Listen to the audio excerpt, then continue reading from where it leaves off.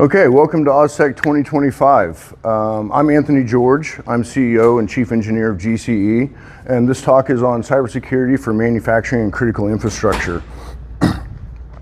I've given this talk for 5 years in a row now, and this is actually the first year. I'm trying a little something new, so you guys are my test base here, but I'm going to try cybersecurity through storytelling. So the fact that we're Ozsec, which is actually a applicably named convention, cybersecurity convention, that we are on a journey to the Emerald City, and the Emerald City is a smart factory, and the yellow brick road is all the technologies and Industry 4.0 solutions that are out there that you guys hear about. I'm sure every other talk you've been in has talked about AI, and I will talk about AI, but I'm not going to kill you with AI. We know what AI is. But I'll tell you, the first year that I gave this talk, I had to give the definition of AI. I couldn't just say AI. There was people in the room that didn't understand that or didn't know that concept.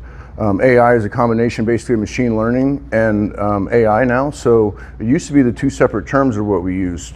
With that being said, we're going to start our journey here. So this is AI generated. I know you're not going to believe this, but this is AI generated. I tried many times. This is why when people ask, is AI taking over the world? It took me so many tries to get this right, and I still couldn't put Wichita in the background. They still couldn't get it right. And I got flagged for all kinds of trying to use Wizard of Oz and that. So a lot of the deal with AI is you can't really expect what's going to come out of it. So in manufacturing, it's really hard for me to actually apply the AI because it's unpredictable. We don't know what's in there. We don't know what it's going to give us. And so change management and configuration is going to be really important moving forward and constraining that AI. So as we go down this journey where the Emerald City is a smart factory, and the yellow brick road is Industry 4.0 solutions, we have to deal with our cast, which is our cast is Dorothy. She's the one on the adventure. We also have to deal with Tin Man. You know, he's got no heart. We've got the Lion's got no courage, and we've got the Scarecrow's got no brains. So we need these people to develop these skills along the way, and it takes a team to get there. So as we walk down this journey along the way, I'm going to try to use analogies. And some of the analogies are going to be the Wicked Witch, who's going to be ransomware, and the Flying Monkeys, who's just simple misconfiguration or insider threats. We're going to try to line these things up so that we can explain through storytelling. And like I said, this is my first attempt at storytelling. I could stand up here and just dump information on you guys, which is what I used to do in the past, but we're going to try a little bit of fun this time. So a little bit about myself. Why am I standing here? Why should you listen to me? I think that's always important when you're listening to somebody. So I started my career actually right here in Kansas. I grew up in Kansas. I left for the Navy at 18, and although I didn't know I would be standing here eventually teaching this, I ended up a cryptologist in the Navy. So I handled the encoding and decoding of information as it traveled wirelessly or wired through the world. That, as I learned, is the importance of networking and the cybersecurity, or back then it wasn't called cybersecurity, this was 2001. It was just securing data transmissions, ship to ship, ship to shore type installations. So I left the military, I got a degree in computer programming, I became a systems engineer for defense contractor. Parallel to that, I was a cyber warfare operator with the Kansas Air National Guard. So I was assigned to a cyber protection team, but I went through the traditional route of cyber warfare school. Would be a lot of red teaming or hacking, as you guys all know, but then ultimately assigned a cyber protection team, and then really found my passion in infrastructure, industrial settings. Not the traditional server client model, but going out there and looking at what's going on. Is this an aircraft we're defending? Is this a runway we're defending? Is this a building we're defending? So my electronics background from the Navy tied into all this. So these are multi-skilled disciplines you need to have. So I went from there, 14 years systems engineer, defense contractor, so architecting complex data networks.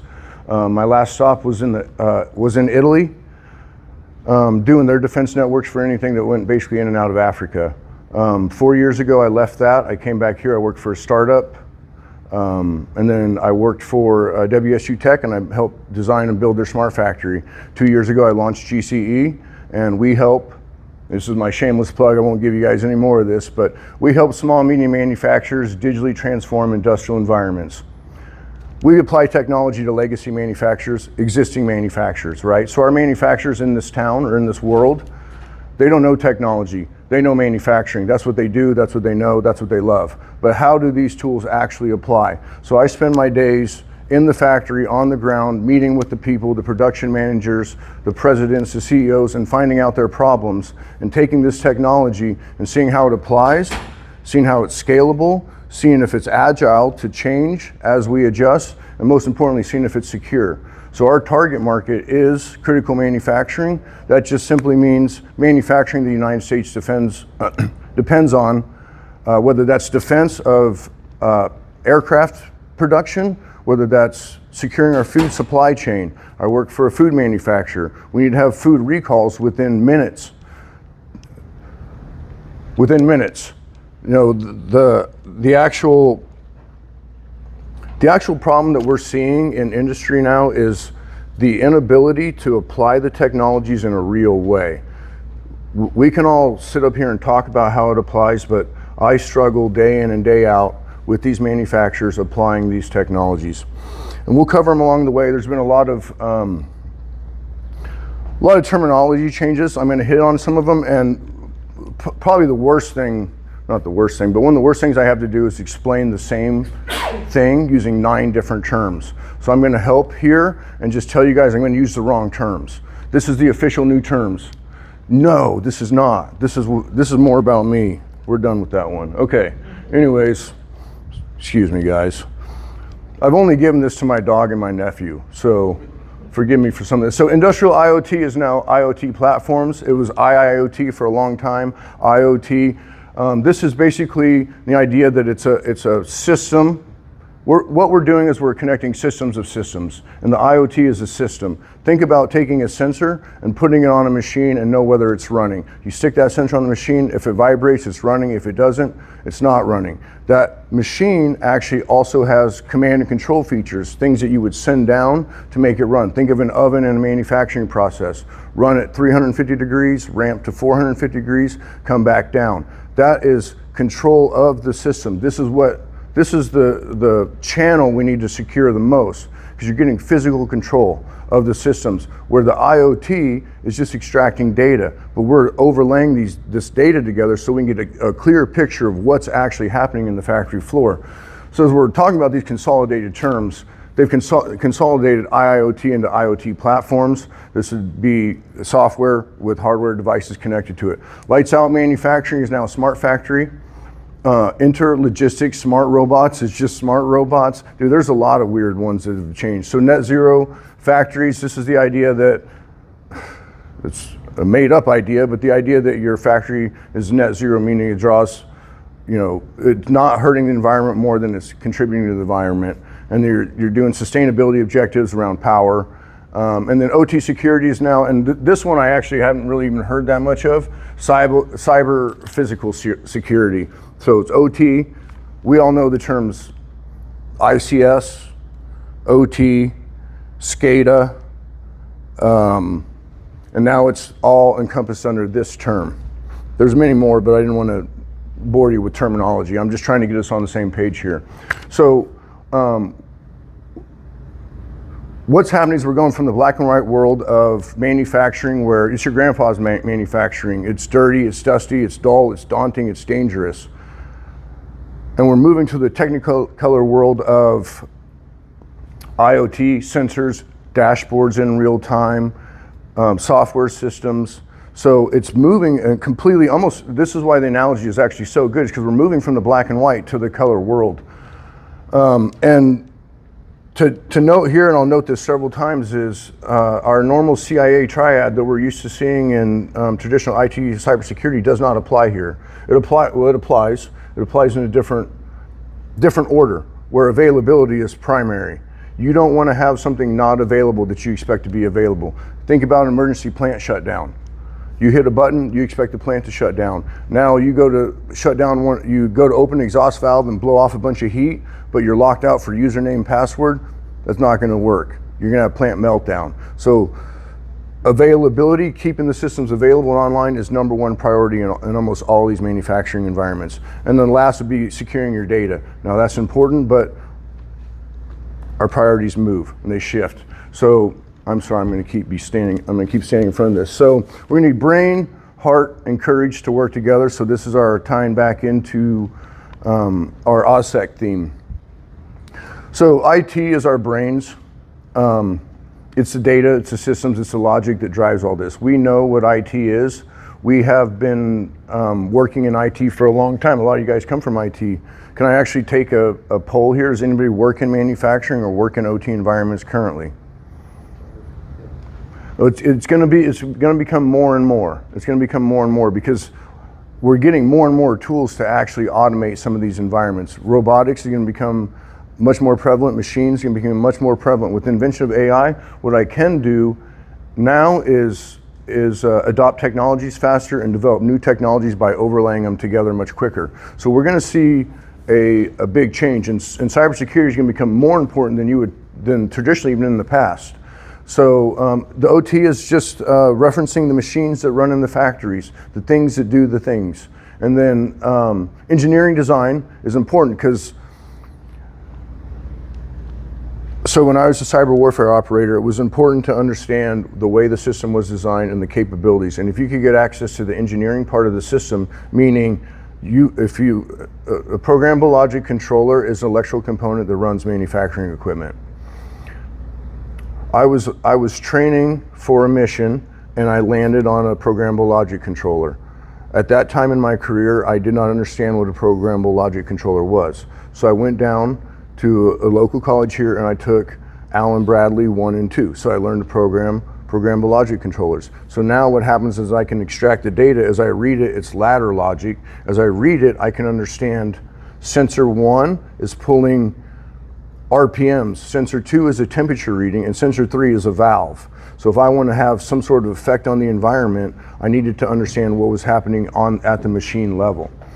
What AI actually does in this world is I had to go and learn, and I had to sit in a class for 6 months to learn how to write logic and change it and make it appear different to the operator than what's actually happening. Now you don't need that. You can drop that right in AI. One person, one agent, one AI agent can do all this now. It's no longer is security through obscurity a thing. It's not a thing because you can drop it in AI and you can understand it. So I would say that most of the world is pivoting more to open source because there is no obscurity in there. You can see it, so you need to be able to defend it. But that's what I'm seeing, certainly on my end. I'm sorry?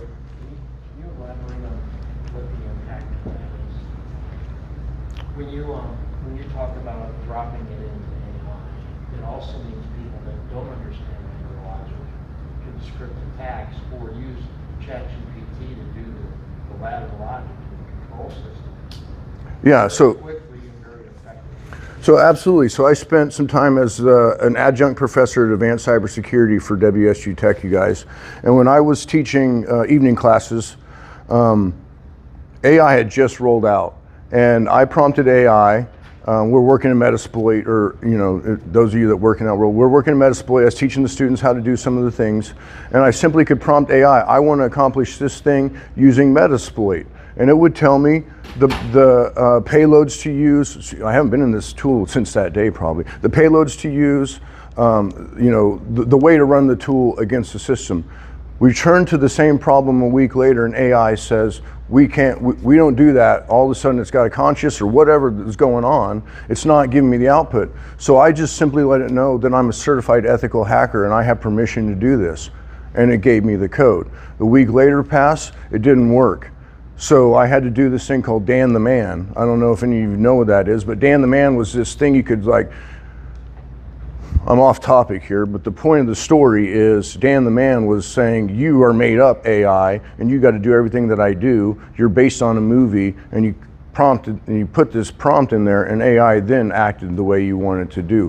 How you get AI to do it now is you would simply say, I'm a security engineer and I'm looking at the base code for this system. Can you find flaws in it so that I can secure it? And then it gives you the flaws. And then you go and then you have AI write exploits against that flaw. This is something that was very high level. I was in the military with a lot of these guys, these red team guys, really intelligent human beings, things that I could never do. I can do that all day long now by just prompting AI. AI is my expert in this. It's a whole different attack vector. And now when you land on the PLC, instead of going down to the local college, applying, paying, going, sitting in the class, learning week after week of how to write a PLC, how to build a HMI, I just have AI do it. You know, and I use this for engineering in my company, but there are companies out, not companies, well, they're companies, they're companies. There are people out here that are taking advantage of AI. China's in everything. And it's not because that their skills have gone up so much farther. It's because their AI models are faster, they're lighter, they use less power. It's absolutely changing. I know that there's people right here at this conference who are doing incident response on China, sitting down here in the lobby that should be in this room because they're incident responding. I mean, it's not always in the news. It's not always in the news what you're seeing. Like, oftentimes it's not. And I'm gonna talk about a JBS hack that was in the news, but you don't see all the hacks that go on. You don't know what's going on behind the scenes. A lot of times companies will lose credibility with customers if they post that we've been hacked. The suppliers, vendors will pivot, If you're getting hacked, if I got hacked, I would lose business. I would lose customers. So, go ahead. You see where every week CISA releases the latest OT vulnerabilities. You sign up for that? I sign up for that. And also, what that also does is it releases it to our adversaries as well. So this is a cat and mouse deal, whether you think that should be open source or not. But yeah, they do the research for you to let you know. But I mean, if you use that and you're active, cybersecurity is going to be the differentiator here. Securing your data, securing your models, that's your competitive advantage now. I thought I was going to be short, man. I'm going to run out of time here. So the Emerald City isn't made of emeralds, it's made of data. The data is the way you train the models. As I walk into factories and I'm trying to build the tools for them, if they have the data and it's clean and it's labeled, it's contextualized, it's put in the right places, I can build the tools much faster. So what you actually need to be defending is those data lakes, that data store. That's what's most important. That is the company's competitive advantage. So securing data, data lakes, data pipelines is going to be what's really important moving forward. Industry cloud platforms. This is the skies above the Oz. This is running in AWS or Azure, name your secure, government secure cloud, whatever. So it's running up there. We would recommend a hybrid approach, especially if you're trying to run processes on-prem. So a hybrid between on-prem and in the cloud. That way, if you lose cloud connectivity for any reason, whether the ISP is down, which you should have redundant ISPs and all that stuff, but you can always rely on the on-prem to keep the processes running, but you may not get some of the advanced analytics and stuff, but you need to, a lot of times I spend my effort, what happens in this scenario? Tabletopping, what happens? What do we do? If you can't access the software that runs your company, what happens? Nothing, literally nothing. Shut down, 250 people standing around, wrenches in their hands.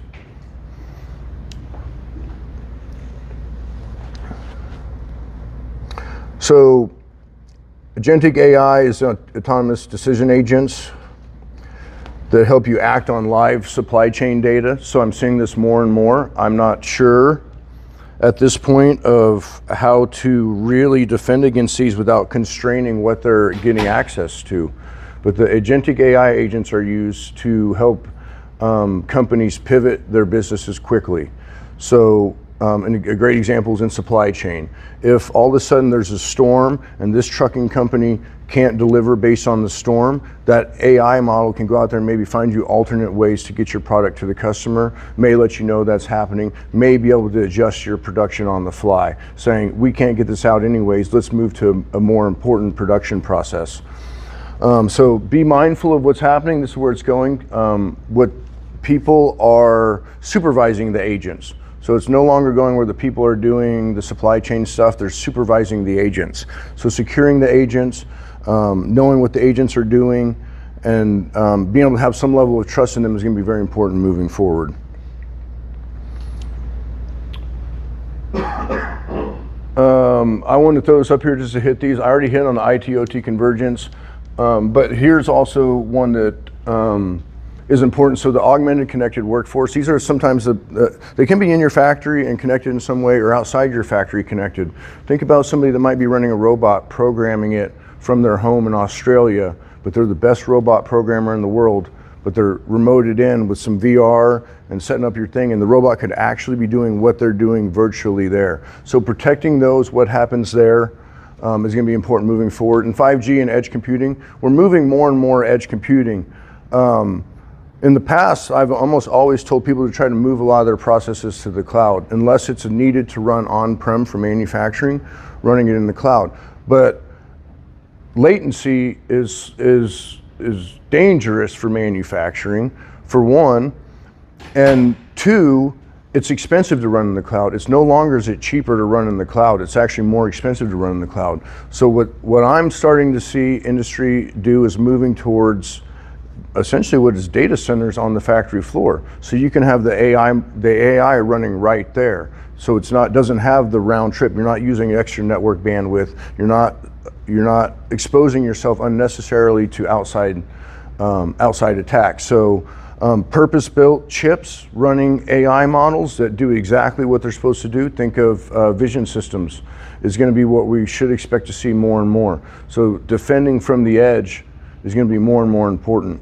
As long with, same ideas as before, zero trust. And how do we get here? I'll briefly run through this. So the first industrial revolution is we made a machine. We went from doing everything by hand, we making a machine. You can actually make custom things pretty easily this way, but the cotton gin was the first example of this. So instead of weaving and stuff by hand, we're using cotton gin. Sped up life. We're represented here by the scarecrow, where before everything was brawn but no brains. It was just getting it done. So now we're starting to add, as we move through the industrial revolutions, we're going to add more and more capability and more brains. So the next one is going to be more about electricity in the assembly line.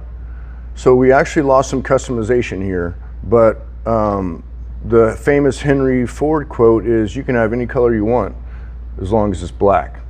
Right? So you made the assembly line, you can make a lot, you can mass produce a lot. We're getting a little faster and faster, we're getting more and more capable, we're doing more with less. Every industrial revolution is more with less, at least human-wise. So the next one is going to happen, I have it in here 1950s to 2000s, but it's actually 1969, the first PLC rolls out in Detroit on the Chrysler assembly line. So now what you have, instead of the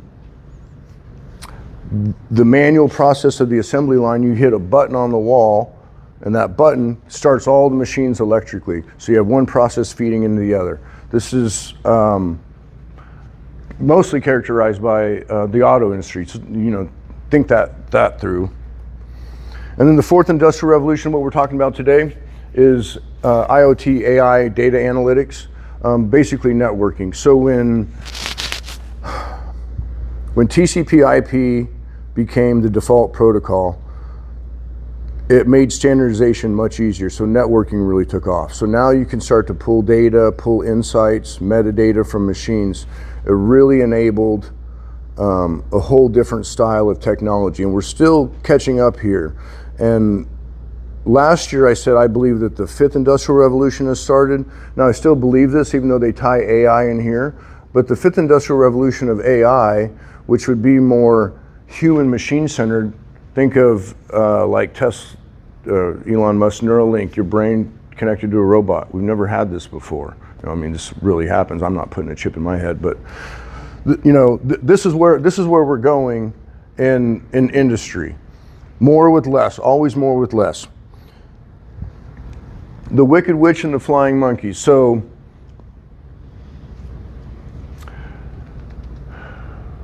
the Wicked Witch symbolizes essentially ransomware here.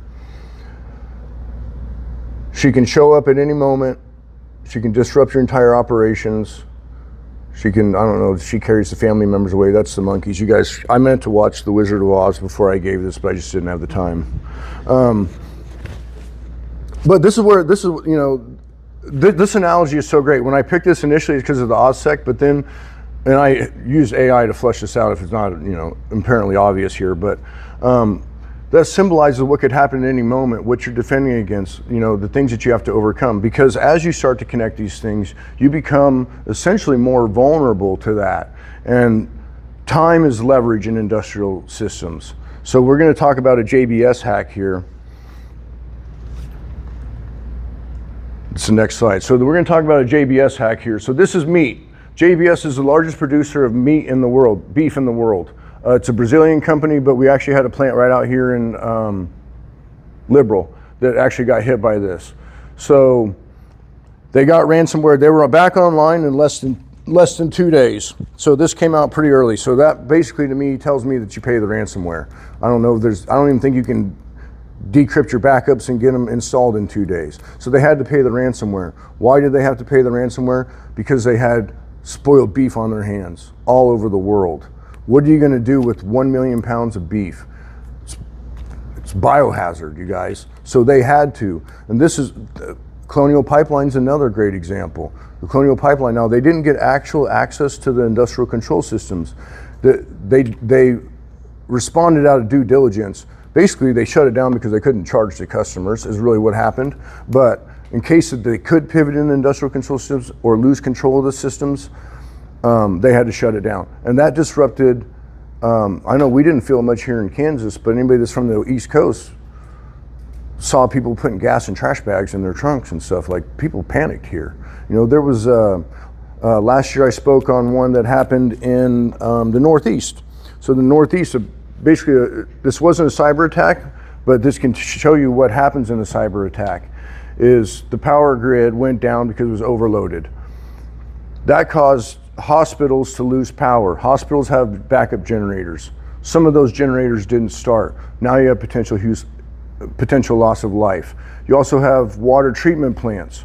No longer can treat water. So now you have water dumping into the rivers. So now you have an environmental hazard. And then subways. Subways run off electricity. Subways shut down. Now you got people stuck underground in the subways. Stoplights stopped working in New York City. Now you got traffic jams. This was I don't want to call it misconfiguration, it's engineering failure here. But still, it goes to show you that it's a cascading effect that people's lives are at risk here. And this is outside the fact that you could grab a robot and swing around wildly in a manufacturing environment. This is if you shut down that manufacturing environment, is that a nuclear meltdown? Is that a petrochemical fire? What are we really looking at here?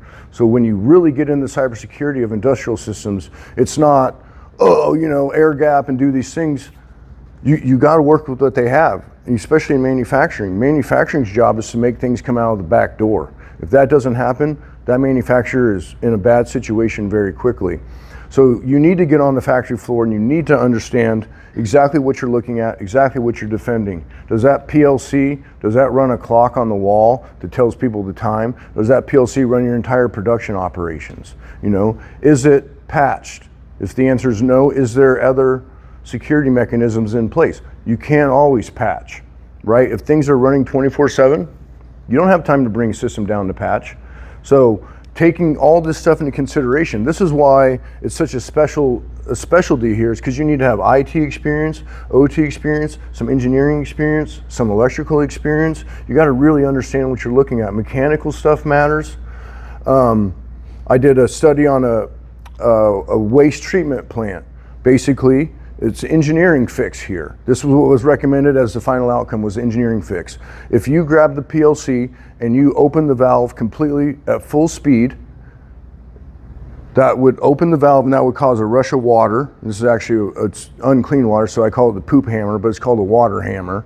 But a poop hammer comes down, hits you in the pipe, blows out the pipe. Now you have sewage or water coming out by this vulnerability. The way you can fix this in several ways. First of all, engineering wise, you just write the right code that it slows the motor down. Second of all, you can change the motor. This is the actual fix, you guys, changing the motor, downsizing the motor. So even if the motor fails and opens wide open as fast as it can open fast enough to create the poop hammer. So it's an engineering fix to the cybersecurity. This is why the cybersecurity needs to be baked in from the beginning, and you need to have somebody who understands in the beginning. And this is a massively growing field. This industrial IoT, if you're looking for a career move, this is a career move to make. It is, you need a lot of skills, but in today's world, you can upskill very quickly using AI. This is what's happening in the news now. Like I said, you guys, we got China basically in everything. I've talked to many people at this conference already. What are you seeing? What are you seeing? China's in everything. It's in everything.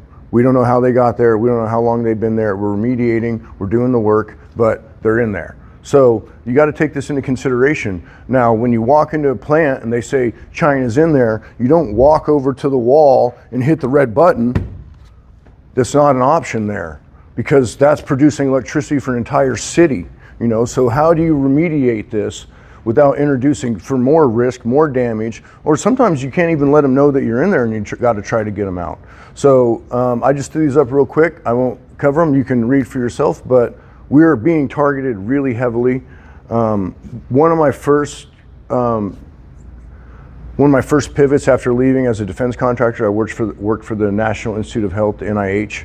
COVID research hospitals were under severe cyber attack. I did IOT stuff around power plant, power generation for them. That was my first real introduction into the complexity of what that was going on in the health industry. That was a complete pivot from defense. And then I wouldn't trust anything, you guys. I would put the physical constraints in place. I wouldn't trust the PLC that sits in the machine. I wouldn't trust the guy walking in off the street carrying a bag of tools. I wouldn't trust anything. Maybe that comes from my lifetime of, I'm from the government, you can trust me, situations. So, common attack methods, we all know ransomware is the same thing, but ransomware is even more dangerous in manufacturing because of the time situation, you know, and because you could have things that are ransomware that are like, think about a subway system being down. Now you got millions of people who are potentially at risk. So the industrial control system, the cyber physical systems attacks that we're seeing are increasingly more sophisticated and better every single year I give this. In the very beginning of giving this, it was very rare, and I would walk in here and I would say air gap. I was that guy, the air gap guy, right? And as I now work for an integrator, meaning my company enables people to use the technology when it's appropriate. Air gap is appropriate at times. If you're working in nuclear, that would be totally appropriate. But if you make baked goods, you don't want an air gap because you're constraining yourself by not being able to use the data. The data enables you to be competitive in today's market. So you have to connect that system. You have to leverage the tools. Otherwise, you just won't stay competitive and you'll be out of business. You'll be cyber secure because you'll be out of business, but you'll be out of business. Supply chain attacks. The way that this works that I've seen that becomes very dangerous is you can actually get access to a machine, get access to the underlying PLC logic, and then you can have the logic change. Let's say, for example, let's talk about a baking process for carbon fiber parts. You make carbon fiber parts to make the F-35. And that process goes through a baking process where it needs to ramp from 350 to 450. It needs to sit, it needs to cure, it needs to go through this process that's very constrained and certified. Now, if you change that oven to bake at 250 instead of 350, but you give the output to the operator and all the logs saying 350, the first time that F-35 flies, it falls out of the sky. First time you pull 5Gs, first time you shoot that missile, the first time you take a bite out of that, whatever it is, the first time you see the failure in the process is using the technology. This is the most dangerous part I see about supply chain, but it's just getting in that supply chain and messing with it, and so that your parts aren't what you expect. So when you start to assemble the sub-assemblies, they don't work quite right. Phishing's still really common. Here, what I would say is your industrial engineers, the ones that have the laptops, that program the PLCs, that do all the configurations and stuff, don't let those individuals check their personal email on that, or even their company email on that. Don't let them go out to the websites. You need to have a dedicated piece of hardware that's Ideally, you want to keep that in the production environment, secure in the production environment, but we all know that these laptops go home with the engineers and they work remotely. They're working on the beaches in Puerto Rico. Somebody calls them at 2 a.m. That factory needs to make the things that come out the back door. And they have one engineer, and that engineer is the only engineer that can do that, and he's on vacation. He needs to get in. How are you going to do that? You have a plan in place before it happens. Have secure remote access done. Have credentials on both ends, certificates on his laptop and the landing laptop. Use separate domain controllers. So this is really common when I see where they use one domain controller across both environments. And so now when one domain controller is owned, they're both owned. You want to have a no trust built between production and corporate, carpet and concrete, as I say. Insider threats, pretty standard, but they can, insider threats can be very dangerous because they can easily misconfigure a thing to especially if they have real deep insider knowledge. They can basically write a logic bomb that happens at a later time, or they can, I've spent a little time looking at wastewater, where disgruntled employees will add things to the water, subtract things to the water that should be in there, and then they think you're responding to a cyber attack. Is it a cyber attack? But it's simple. It's simple user problem, So verify that user, give them least privilege. Least privilege is really important here. You don't want to let them, because even that person in the factory floor has knowledge now. They have access to the knowledge and know-how. If they have the will to want to do it, the capability is there, even if they're a low-functioning human being.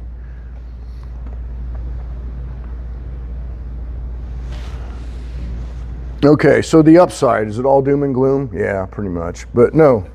So the upside is we're getting a lot more data, you guys, and the data is what drives the decisions. So it's a really exciting time in industry for these manufacturers, because they're getting insights that they've wanted for a long time, and these tools are enabling this. The IoT devices are the single biggest enabler that I'm seeing. AI is interesting and cool, but applicable not quite yet because of the data. We're not getting the data. Most of my time when I go to digitally transform an organization is spent finding the data, cleaning the data, labeling the data, and getting it into databases. But part of getting the data is these IoT sensors. So these IoT sensors here is going to be an entry point. They're sitting out in the field. Think about a petrochemical company that's got a campus that spans states. You got pumps sitting out here, oil flows 6 miles, then hits a pump and goes. That pump is sitting on the side of the road. I see them all the time. I'll stop and look, but that pump is sitting out there, and you get physical access to that pump.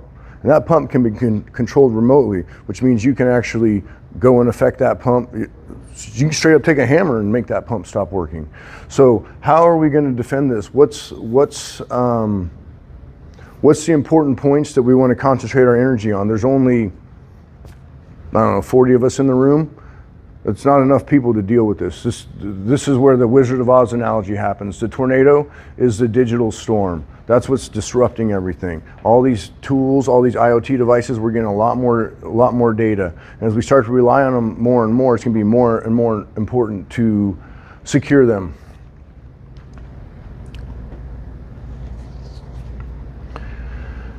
So data is the new industrial asset. I've heard it referred to as the new gold, the new steel. I think you even have a reference in here, the new steel.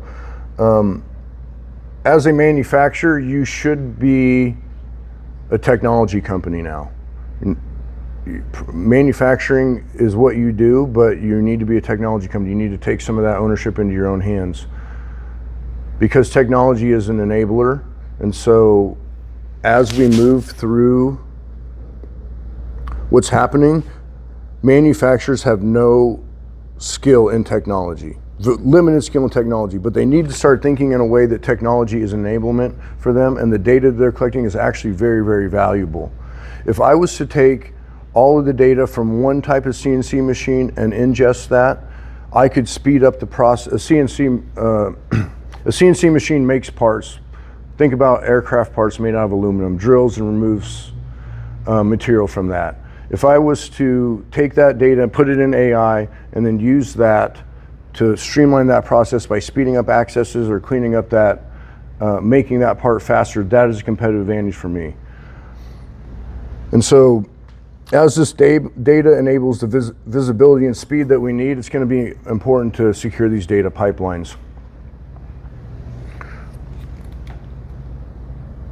You can sell your data too. So the flying monkeys of data, I way underperformed on my tie-in here with Wizard of Oz, you guys. I'm sorry, I had way better stuff to do here, but my first time. So as the Wizard of Oz, when we covered the flying monkeys of data, so the monkeys are the ones that come out and at any moment can strike, even when you're all the way at Oz. Oz is automated, you guys. When you get to Oz, the gate opens, right? But who's running Oz? The wizard. The Wizard of Oz is running Oz, but what is he? Just a guy behind a curtain. That's what all this is. It's a guy behind a curtain. Maybe that's AI now. Maybe the Wizard of Oz is the AI, I don't know. But the flying monkeys of the Wizard of Oz are these insider threats, the data poisoning, MQTT brokers. So MQTT is the default IoT protocol. You know, OPC UA, I didn't touch on protocols a lot here, but there's some traditional protocols out there. Modbus is a real common one. Unsecured by design, guys, because you want it to work. You don't even want to put security on that. When I go into organizations and they're like, should we secure this? No, I have no idea what that thing runs, man. If you put security on there and then you run it for the first time, you bring in some sort of new tool that is zero trust, almost every time your factory stops working until you figure out everything that's going on. And these factories that make millions of parts a day, millions of dollars a day, run for years on end, it's not easy to introduce the tools, and they don't have much downtime. You might get half a day of downtime before they need to go back operational. So you can't go and update every PLC, especially if you need physical access. Asset inventory is the first step. You gotta know what's in your environment. So walk around, clipboard and paper, walk around. When you see something, write it down, and then figure out where all that stuff is. You can scan. The scanning is dangerous, so be mindful of what you're scanning. Be mindful of how you're doing it. If you scan a Modbus controller with some of these modern scanners, it could crash that. So be prepared for that. Have a plan to get back online. Tabletop, sit around and talk about, if we lose our ERP system, what do we do? It's gonna happen. I just told you guys, China is in everything. The day that they pull the trigger, if your manufacturing company stays online, the day that we break into whatever's gonna happen, you're gonna kill it. Just like COVID, you fucking killed it. Excuse me, you killed it. I want to add to that. That's all right. So on August 20th, the Great Firewall in China tested shutting down 443. Now, if you shut down 443, let's say across the telcos, and Salt Typhoon got AT&T, Verizon, T-Mobile, and you're blocking, and you have the configurations, and you're blocking 443, what's going to happen to ZTE? Anybody? What's gonna happen to what? Your zero trust network architecture, all the stuff that everyone's brought up. You're gonna lose your VPNs, you're gonna lose HTTPS, you're gonna lose your management protocols that run on 443. The humans are the most important factor, you guys. I can sit up here and talk about technology all day long, and I'm seeing every day what's becoming more important. Your ability as a human being to solve problems. I'm not a chemical engineer. I can get on the internet and I can make some chemical engineering stuff and do that. But your ability to solve a problem, your ability to react is still far greater than AI's. I totally believe that. And companies that take their best decision makers, their smartest employees, they elevate them, they give them more data, single pane of glass. I know we've all heard it, but one pane of glass, two panes of glass, whatever you need. Dude, we all know what a smartphone is, right? I still walk into factories where people pulling out flip phones. I actually have one in my bag I was gonna use, but you walk in these factories and there are people in the factories, it's the standard 80-20 rule. 20% of your people. Those 20%, we need to identify those people. We need to get them tools to solve their problems. That's what's going to differentiate us. America ingenuity is far greater than any other country in the world. And although we might be lagging in AI, I'm not an expert to even say whether that's true or not, but American ingenuity is far greater. How do we secure it? Zero trust, multi-factor, least privilege, network segmentation, redundancy, secure your data pipelines, digital signatures, use certificates at both ends. We talked about these engineering laptops. I'm breaking my own rule, guys, but I'm not on the networks or anything here. But the engineering laptops are a great target, because if you get on an engineering laptop, you got all the tools right here to write all this stuff. So whenever you land, you got to use the tools of the land, right? So if you land on an industrial computer that only displays a web browser, you really don't got much to go with there. But if you land on the engineering worktop laptop, where you have the tools to program the PLCs, where you have the certificates, you have all the stuff you need. And as always, the easiest way to do any hack is to walk up to somebody and be like, username and password. You know, so those phone calls, these deep fakes. In the news recently, there was a banking company wired $30 million. They called the person to insure it, 30-minute phone call, deep fake. They didn't even know. They went and reviewed it. I wouldn't know, you know? So you can't trust what you're seeing. You can't trust anything on the phone. What can you trust? For now, you know, for now, I don't know whether you're a robot or not. Are we in the Matrix?